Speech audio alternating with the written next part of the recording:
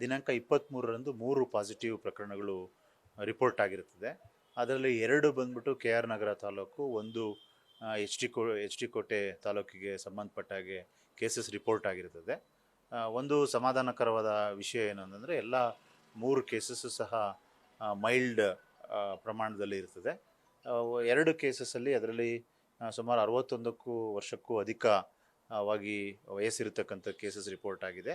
ಅದೆರಡೂ ಸಹ associated comorbidity, diabetes ಮತ್ತು hyper tension ಇರ್ತದೆ. ಒಂದು ಕೇಸಲ್ಲಿ with severe degree of liver diseases ಇರೋದ್ರಿಂದ ಅಲ್ಲಿ ಪಾಸಿಟಿವ್ ರಿಪೋರ್ಟ್ ಆಗಿರ್ತದೆ. ಜೊತೆಗೆ ಇನ್ನೊಂದು ಕೇಸು ಸುಮಾರು 27 ವರ್ಷದಿದೆ. ಆ ಮೂರನ್ನು ನಾವು ಫಾಲೋ ಅಪ್ಪಲ್ಲಿದ್ದೀವಿ. ಮೂರು ಸಹ ಮೈಲ್ಡ್ ಸ್ಟೇಟಸಲ್ಲಿ ಇರೋದ್ರಿಂದ ಎಲ್ಲರೂ ರಿಕವರ್ ಸಹ ಆಗ್ತಾ ಇದ್ದಾರೆ. Case history sir? ಆ ಕೇಸ್ ಹಿಸ್ಟ್ರಿ ಈಗ ನಮಗೆಲ್ಲರಿಗೂ ಗೊತ್ತಿರೋ ಹಾಗೆ ಕೋವಿಡ್-19 ಇನ್ಫೆಕ್ಷನ್ ಸುಮಾರು 3-4 ವರ್ಷದಿಂದ ಇರೋದ್ರಿಂದ ಸಮುದಾಯ ಹಂತದಲ್ಲಿ ಸ್ಪೊರಾಡಿಕ್ ಆಗಿ ರಿಪೋರ್ಟ್ ಆಗ್ತಾನೆ ಇರ್ತದೆ.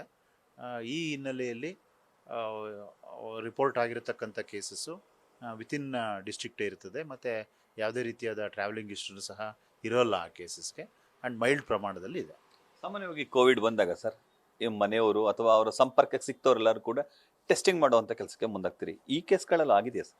ನಮಗೆಲ್ಲರಿಗೂ ಗೊತ್ತಿರೋ ಹಾಗೆ ಇಂದಿನ ಎಕ್ಸ್ಪೀರಿಯನ್ಸ್ ಅಡಿಯಲ್ಲಿ ಒಂದ್ಸರಿ ಕೋವಿಡ್ ಪಾಸಿಟಿವ್ ಬಂದಂಥ ಸಂದರ್ಭದಲ್ಲಿ ತಕ್ಷಣವೇ ಪ್ರಾಕ್ಸಿಮಲ್ ಕಾಂಟ್ಯಾಕ್ಟ್ಸ್, ಹೌಸ್ ಹೋಲ್ಡ್ಸ್ನ ಕಾಂಟ್ಯಾಕ್ಟ್ ಮಾಡೋದು, ಜೊತೆಗೆ ಡಿಸ್ಟಿಲ್ ಕಾಂಟ್ಯಾಕ್ಟ್ಸ್, ಇವೆರಡಿಗೂ ಸಹ ನಾವು ಕ್ಲಿನಿಕಲಿ ಅವ್ರದ್ದು ಸ್ಥಿತಿ ಏನಿದೆ ಅನ್ನತಕ್ಕಂಥದ್ದು ನೋಡೋದು ಮತ್ತು ಅವ್ರನ್ನ ಪರೀಕ್ಷೆಗೆ ಒಳಪಡಿಸ್ತಕ್ಕಂಥದ್ದು. ಈ ಒಂದು ಪ್ರಕರಣಗಳಲ್ಲೂ ಸಹ ನಾವು ಫ್ಯಾಮಿಲಿ ಕಾಂಟ್ಯಾಕ್ಟ್ಸನ್ನು ಟ್ರೇಸ್ ಮಾಡಿದ್ದೀವಿ. ಅವರಿಗೆ ಯಾವುದೇ ರೀತಿಯಾದ ರೋಗ ಲಕ್ಷಣಗಳು ಇರದಲೇ ಇರೋ ಕಾರಣ ನಾವು ಅವ್ರನ್ನ ಟೆಸ್ಟಿಂಗ್ ಮಾಡ್ತಾ ಇಲ್ಲ. ಈಗ ಸರ್ಕಾರದ ಹಂತದಿಂದ ಇರತಕ್ಕಂಥ ಸುತ್ತೋಲೆಗಳ ಅನ್ವಯ ಓನ್ಲಿ ನಾವು SARI cases, severe acute respiratory infection, severe degree ಇರತಕ್ಕಂಥವ್ರಿಗಷ್ಟೇ ನಾವು ಪರೀಕ್ಷೆಯನ್ನು ಒಳಪಡಿಸ್ತಕ್ಕಂಥದ್ದು. ಅದರಲ್ಲಿ ವಿಶೇಷವಾಗಿ ಫೋಕಸ್ ಮಾಡಿ ಗರ್ಭಿಣಿ ತಾಯಂದಿರು ಮತ್ತು ಕೋಮಾರ್ಬಿಡಿಟಿ ಇರತಕ್ಕಂಥ ಪೇಷಂಟ್ಸ್ ಇರ್ಬೋದು, ಅಥವಾ ಪೀಡಿಯಾಟ್ರಿಕ್ ಏಜ್ ಗ್ರೂಪ್, ಇವರಿಗೆ ಫೋಕಸ್ ಮಾಡಿ ಅವರಲ್ಲಿ ಏನಾದ್ರು ಸಿಂಪ್ಟಮ್ಸ್ ಇದ್ದರೆ ಅವರಿಗೆ ನಾವು ಪರೀಕ್ಷೆಯನ್ನು ಒಳಪಡಿಸೋ ನಿಟ್ಟಿನಲ್ಲಿ ಎಲ್ಲ ಕ್ರಮವನ್ನು ಜರುಗಿಸ್ತಾ ಇದ್ದೀವಿ. ಸರ್, ಈಗ ಕೋವಿಡ್ ಮೊದಲ ಹಾಗೂ 2ನೇ ಹಂತದಲ್ಲಿ ಸಾಕಷ್ಟು ಸಾವು ನೋವುಗಳಾಗಿದ್ವು ಸರ್. ಈ ಕೋವಿಡ್ ಈಗಿರುವಂಥದ್ದು ಒಮಿಕ್ರಾನ್ ತಳಿ ಹೇಗೆ ಸರ್? ಅದು ತೀವ್ರತರವಾಗಿರುತ್ತಾ, ಹೇಗಿದೆ ಸರ್? ಅಲ್ಲ, ಇಲ್ಲಿ ತನಕ ನಮಗೆ ರಿಪೋರ್ಟ್ಸ್, ಸೈಂಟಿಫಿಕ್ ರಿಪೋರ್ಟ್ಸ್ ಏನು ಬರ್ತಿರೋ ಹಿನ್ನೆಲೆಯಲ್ಲಿ ಎಲ್ಲ ಮೈಲ್ಡ್ ಪ್ರಮಾಣದಲ್ಲೇ ಇದೆ. ಈ 3 ಪ್ರಕರಣಗಳು ಏನು ಪಾಸಿಟಿವ್ ಅಂತ ನಮ್ಮ ಜಿಲ್ಲೆಯಲ್ಲಿ ಹೇಳ್ತಾ ಇದ್ದೀವಿ, ಅವರು ಎಲ್ಲರೂ ರಿಕವರಿ ಆಗ್ತಾ ಇದ್ದಾರೆ. ಈ ಹಿನ್ನೆಲೆ definitely it's in a mild variant.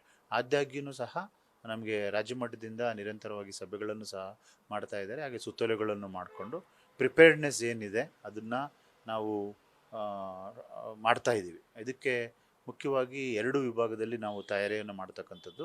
ಒಂದು, ಸಮುದಾಯ ಹಂತದಲ್ಲಿ ಆಶಾ ಕಾರ್ಯಕರ್ತರಿರ್ಬೋದು, PHCOs ಇರ್ಬೋದು, nursing officers, other field officers ಏನಿದ್ದಾರೆ, ಮತ್ತು HIOs, ಅವ್ರಿಗೆಲ್ಲ ಸೆನ್ಸಿಟೈಸೇಷನ್ ಮತ್ತು ರಿಯಾಂಪ್ ಮಾಡತಕ್ಕಂಥ ಆ್ಯಕ್ಟಿವಿಟಿ. ಹಾಗೆ ಮುಂದುವರೆದು ಆಸ್ಪತ್ರೆಗಳಲ್ಲಿ PHC, ಜನರಲ್ ಹಾಸ್ಪಿಟಲು, CHCಗಳಲ್ಲೂ ಸಹ ಪ್ರಿಪೇರ್ಡ್ನೆಸ್ಗೆ ನಾವು ಹೆಚ್ಚು ನೀಡಿ, ನಾನು ಸಹ ಪ್ರತಿದಿನ ನಮ್ಮ ಕಾರ್ಯಕ್ರಮ ಅನುಷ್ಠಾನಾಧಿಕಾರಿಗಳು, THOಸು ಮತ್ತು ಸ್ಪೆಷಲಿಸ್ಟ್ ಜೊತೆ ನೇರವಾಗಿ ವರ್ಚುವಲ್ ಮೀಟಿಂಗ್ಗಳನ್ನ ಮಾಡಿಕೊಂಡು ಅಲ್ಲಿ ಲಾಜಿಸ್ಟಿಕ್ಸ್ಗಳ ಬಗ್ಗೆನೂ ನಾವು ಗಮನ ಹರಿಸ್ತಾ ಇದ್ದೀವಿ. ಸರ್, ಈಗ ಎದುರಾಗ್ತಿರುವಂತಹ ಕೋವಿಡ್ ಲಕ್ಷಣಗಳು ಹೇಳ್ಬೋದು ಸರ್? ಅದೇ ಜ್ವರ, ಕೆಮ್ಮು ಮತ್ತು ನೆಗಡಿ, ತಲೆನೋವು, ಮೈಕೈ ನೋವು, ರೆಗ್ಯುಲರ್ ವೈರಲ್ ಫೀವರ್ಸಲ್ಲಿ ಏನು ರೋಗ ಲಕ್ಷಣಗಳಿರ್ತದೆ ಅದೇ ರೋಗ ಲಕ್ಷಣಗಳು ಸಹ ಇಲ್ಲಿ ಕಾಣ್ತಾ ಇದೆ. ಮುಖ್ಯವಾಗಿ ಸ್ಯಾರಿ ಕೇಸಸನ್ನು ನಾವು ಮಾಡಿದಂಥ ಸಂದರ್ಭದಲ್ಲಿ ಅವರಿಗೆ ಬೇರೆ ಇತರ ಸಿಸ್ಟಮಿಕ್ ಡಿಸೀಸಸ್ ಸಹ ಇರ್ತದೆ. ಆವಾಗ ನ್ಯಾಚುರಲಿ ಅವರು ಇಮ್ಯುನೋ ಕಾಂಪ್ರಮೈಸ್ಡ್ ಸ್ಟೇಟಸಲ್ಲಿ ಇರ್ತಾರೆ. ಅಂಥ ಸಂದರ್ಭದಲ್ಲಿ ಕೋವಿಡ್ ಪಾಸಿಟಿವ್ ಬರ್ತಕ್ಕಂಥದ್ದು ನಾವು ಸಹಜವಾಗಿ ಗಮನಿಸ್ತಾ ಇದ್ದೀವಿ.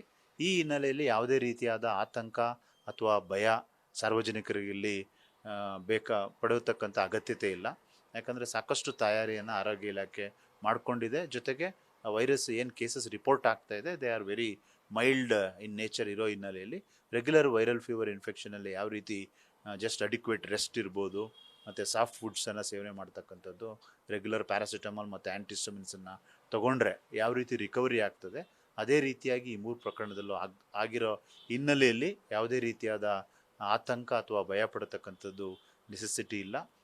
ಅದಕ್ಕೆ ಅಷ್ಟೇ ಜೊತೆಯಾಗಿ ನಾವು ತೀವ್ರ ಜೊತೆಗೇ ನಾವು ಪ್ರಿವೆಂಟಿವ್ ಮೆಷರ್ಸನ್ನು ತೊಗೊಳ್ಲಿಕ್ಕೂ ನಾವು ಸೆನ್ಸಿಟೈಸ್ ಮಾಡ್ತಾ ಇದ್ದೀವಿ.